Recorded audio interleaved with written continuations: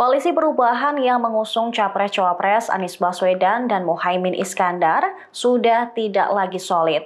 Ko-Kapten Timnas Amin, Sudirman Said, mengatakan hubungan mereka renggang karena kesibukan kepentingan internal masing-masing. Ditemui di Brebes, Jawa Tengah pada Rabu 18 April 2024, Sudirman mengatakan wajar jika dalam proses kepentingan internal terjadi perbedaan. Dikatakannya, dalam koalisi perubahan ada 3 entitas yang berbeda yang memiliki kepentingan internal masing-masing. Pertama, Capres Anies Baswedan yang merupakan orang di luar partai yang punya kepentingan internal sendiri. Kedua, entitas koalisi partai yang mencalonkan Anies Muhaimin. Sudirman menilai entitas kedua ini mungkin merasa tugasnya selesai setelah mencalonkan Anies. Sebab itulah tidak terlihat banyak dukungan partai koalisi saat Anies memperkarakan hasil Pilpres di MK. Terakhir adalah entitas partai politik yang masing-masing memiliki otonomi sendiri. Ada partai yang mempertimbangkan bergabung dengan Capres-Cawapres terpilih Prabowo Subianto dan Gibran Raka-Buming Raka atau punya strategi tertentu. Tidak dengan aksi-aksi massa dan aksi-aksi di jalan. Aksi damai di depan Gedung Mahkamah Konstitusi Jakarta batal digelar pada Jumat hari ini setelah mendapat arahan dari Capres terpilih Prabowo Subianto. Capres terpilih Gibran Raka-Buming Raka pun meminta pendukungnya untuk mengikuti arahan Prabowo. Ditemui di Solo, Jawa Tengah, Gibran menyebut pembatalan aksi damai di Mahkamah Konstitusi ini dilakukan untuk mengurangi gesekan atau hal-hal yang tidak diinginkan terjadi. Terlebih agar suasana dingin menjelang hasil keputusan sidang MK.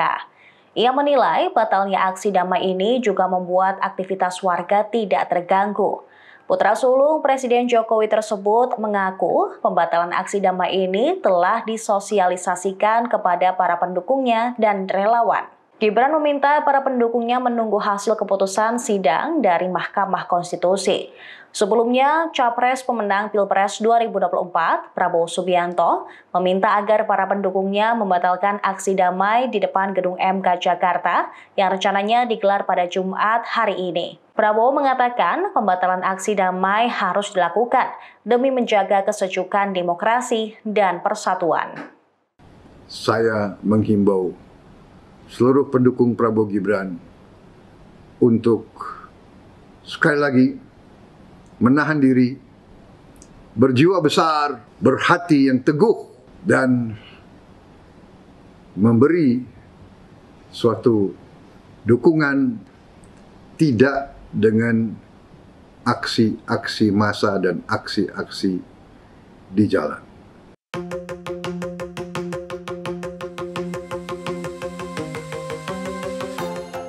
Polisi tetap menyiagakan ribuan personel gabungan yang akan disebar di sekitar Monas, Jakarta Pusat pada Jumat 19 April hari ini.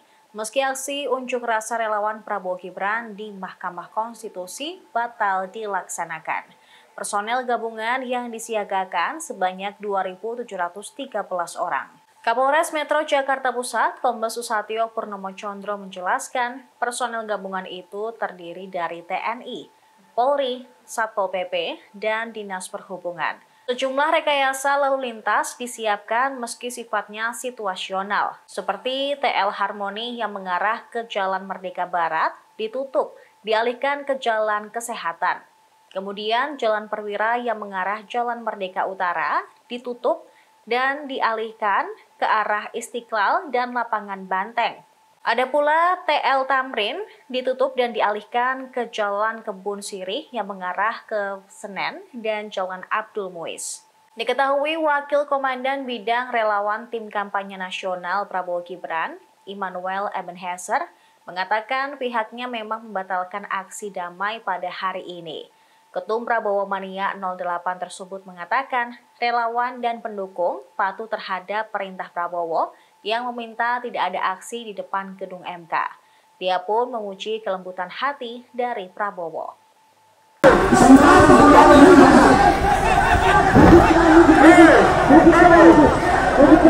Masa yang didominasi pendukung Capres-Cawapres nomor urut 1 Anies Baswedan dan Muhaimin Iskandar menggelar aksi demo di Patung Kuda Jakarta pada Jumat 19 April 2024. Demo ini turut dihadiri mantan Ketua Umum PP Muhammadiyah Din Syamsuddin.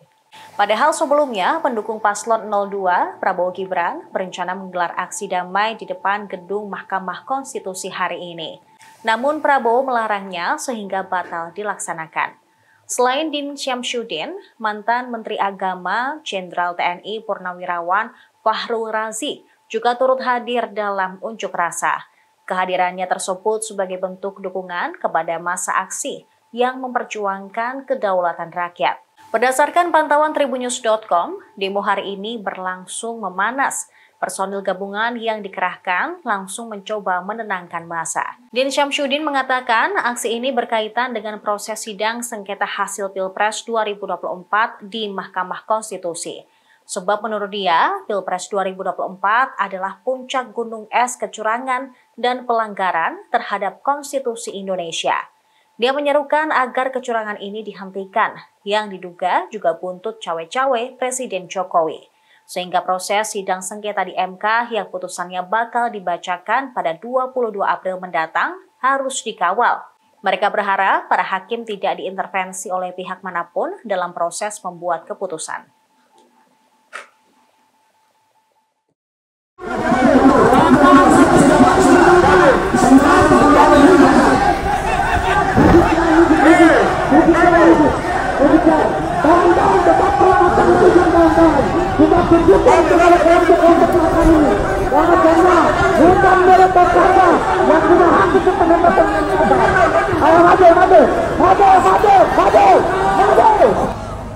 Hidup rakyat! Hidup rakyat yang terus melawan! Bapak Ibu sekalian, acara hari ini kita mengetuk pintu hati para hakim konstitusi. Mudah-mudahan kita akan mendapatkan keputusan dari suatu peraturan-peraturan atau kekuasaan yang selama ini bersifat barbarian.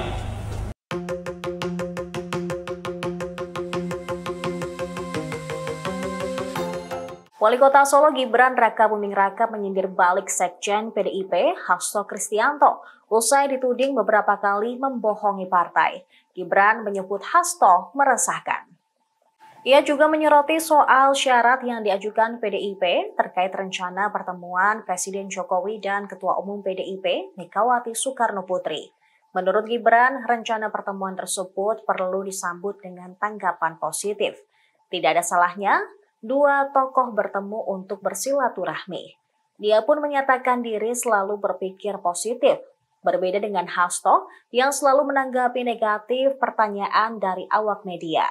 Menurutnya, sudah tidak ada gunanya merawat permusuhan, sebab kontestasi di Pilpres sudah berakhir.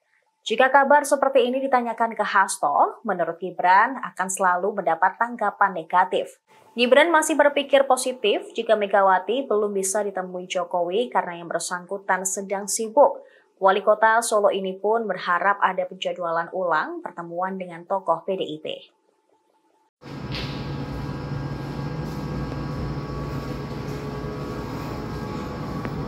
Jet pribadi Harvey Muiz masuk dalam radar penyidikan Kejaksaan Agung terkait kasus dugaan korupsi PT Timah.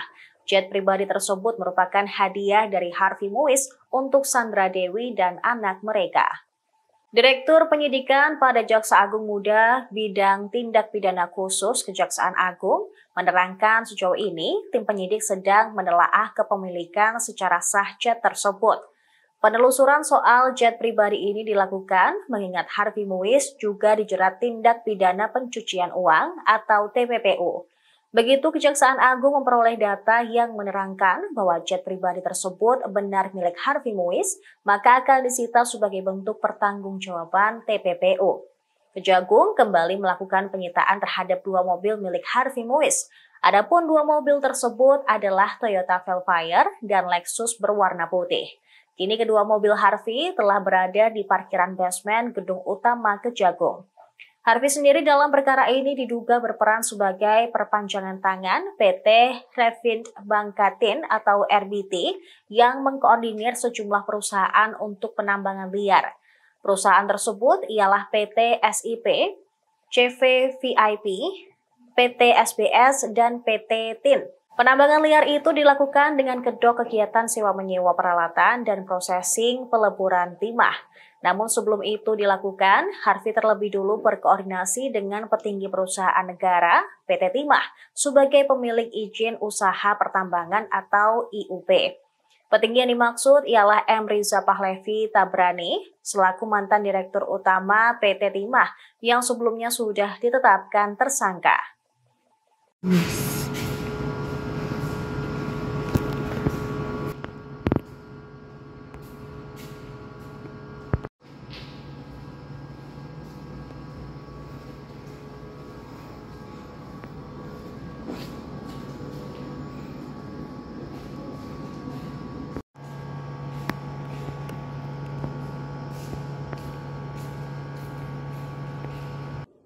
شرق اصفهان.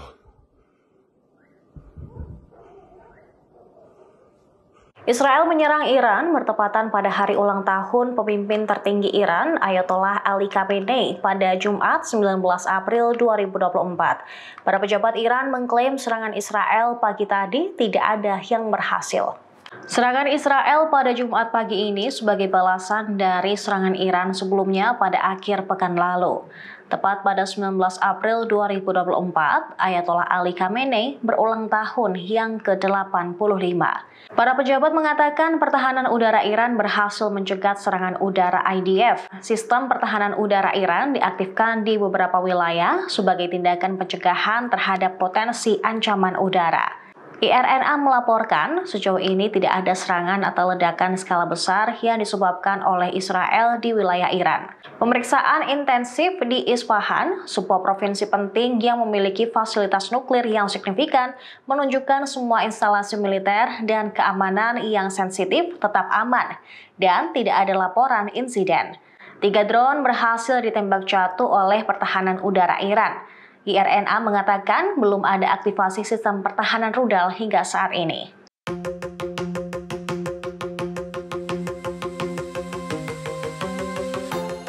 Israel memberitahu sekutunya, Amerika Serikat, sebelum melancarkan serangan udara ke Iran pada Jumat pagi. Para pejabat AS mengonfirmasi bahwa Israel telah melakukan operasi militer terhadap Iran. Israel memperingatkan pemerintahan Joe Biden pada Kamis pagi bahwa serangan akan dilakukan dalam 24 hingga 48 jam ke depan.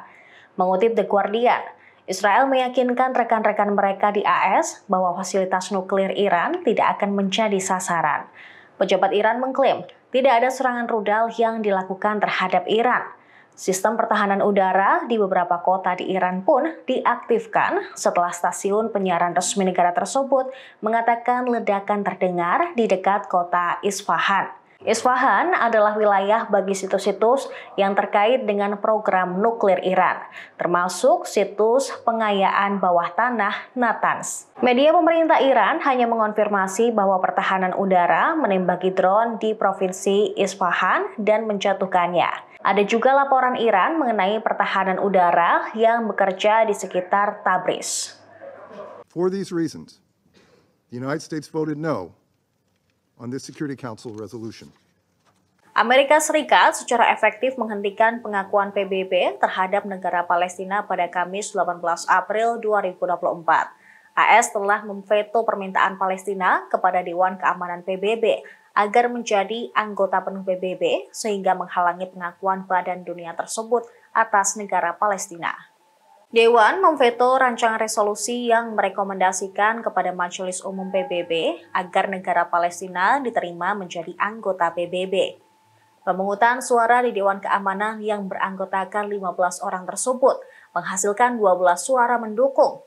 Amerika menentang dan 2 abstain, yaitu Inggris dan Swiss. Wakil Duta Besar AS untuk PBB, Robert Wood, mengatakan pihaknya terus mendukung solusi 2 negara. Ia mengatakan pemungutan suara ini tidak mencerminkan penolakan terhadap negara Palestina. namun merupakan pengakuan bahwa hal itu hanya akan terjadi melalui perundingan langsung antar pihak.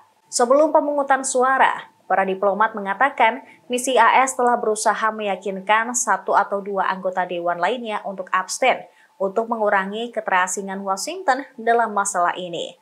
Namun, para pejabat AS mengatakan mereka pasrah karena harus menggunakan hak veto AS sekali lagi untuk mendukung Israel. Presiden Palestina Mahmud Abbas mengutuk veto AS. Dia menilai hal ini tidak adil, tidak etis, dan tidak dapat dibenarkan. Dorongan Palestina untuk menjadi anggota penuh PBB terjadi 6 bulan setelah perang antara Israel dan militan Palestina Hamas di jalur Gaza. Dan ketika Israel memperluas permukiman di tepi barat yang diduduki yang dianggap ilegal oleh PBB. Thank you, Madam President. The United States has worked vigorously and with determination to support Palestinian statehood in the context of a comprehensive peace agreement that would permanently resolve the Israeli-Palestinian conflict. Since the attacks of October 7, President Biden has been clear that sustainable peace in the region can only be achieved through a two-state solution, with Israel's security guaranteed. There is no other path that guarantees Israel's security and future as a democratic Jewish state. There is no other path that guarantees Palestinians can live in peace and with dignity in a state of their own. And there is no other path that leads to regional integration between Israel and all its Arab neighbors, including Saudi Arabia. We also have long been clear that premature actions here in New York, even with the best intentions, will not achieve statehood for the Palestinian people. As members of the Security Council, we have a special responsibility to ensure that our actions further the cause of international peace and security and are consistent with the requirements of the UN Charter. As reflected in the report of the Admission Committee, there was not unanimity among committee members as to whether the applicant met the criteria for membership as set forth in Article 4 of the UN Charter. For example, there are unresolved questions as to whether the applicant meets the criteria to be considered a state. We have long called on the Palestinian Authority to undertake necessary reforms to help establish the attributes of readiness for statehood, and note that Hamas, a terrorist organization, is currently exerting power and influence in Gaza, an integral part of the state envisioned in this resolution. For these reasons, the United States voted no on this Security Council resolution.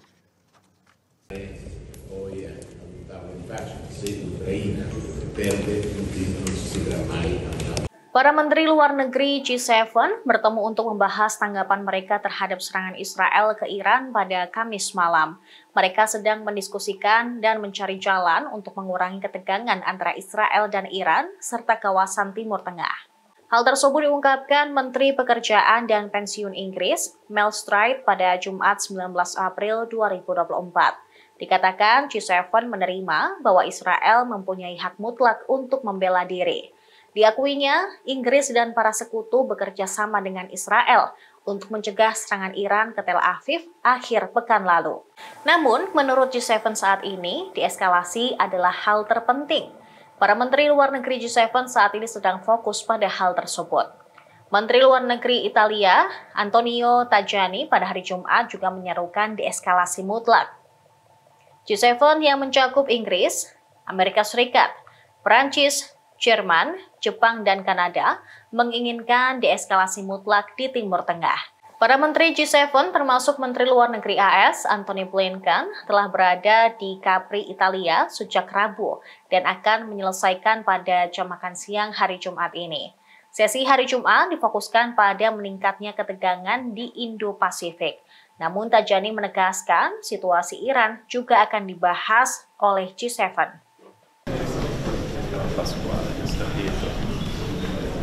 Good morning. Good morning. I was with Kuleba, so. Yeah, that's okay. In general, right wing. I